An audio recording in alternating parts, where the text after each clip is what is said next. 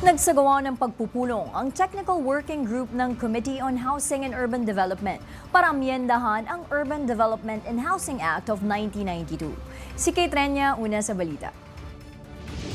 Ilang seksyon ng Urban Development and Housing Act of 1992 ang sumalang sa pagrebisa upang palakasin ang kapangyarihan ng pamahalaan sa pag-expropriate ng lupa para sa socialized housing. Tinututukan ng mga mambabatas ang pagpapabilis at pagpapalinaw ng proseso ng land acquisition para makatugon sa tumitinding pangangailangan ng abot-kayang pabahay para sa low-income families. Dumalo sa Technical Working Group ang iba't ibang ahensya at kinatawan mula sa sektor ng pabahay. Ayon sa Department of Human Settlements and Urban Development, nakikipag-ugnayan na sila sa Social Housing Finance Corporation hinggil sa mga informal settlers na ayaw umanong lumisan sa mga lupang dapat nang mailipat.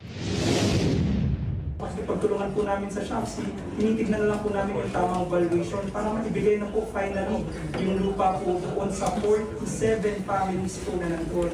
Kaso lang hanggat magmamatigas po, kunyari ang mga homeowners po, diba sasabihin nila, so ganito ganyan, nawawalan din po ng pangil. Ito po mga ahensya ng gobyerno na ito.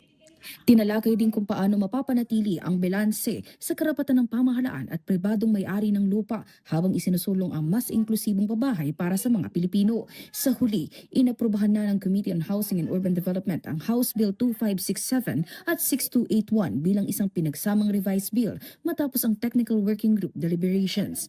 Nauuna sa mga balitang totoo at laging bago, Kate Renya, Alauna sa Balita, Congress TV.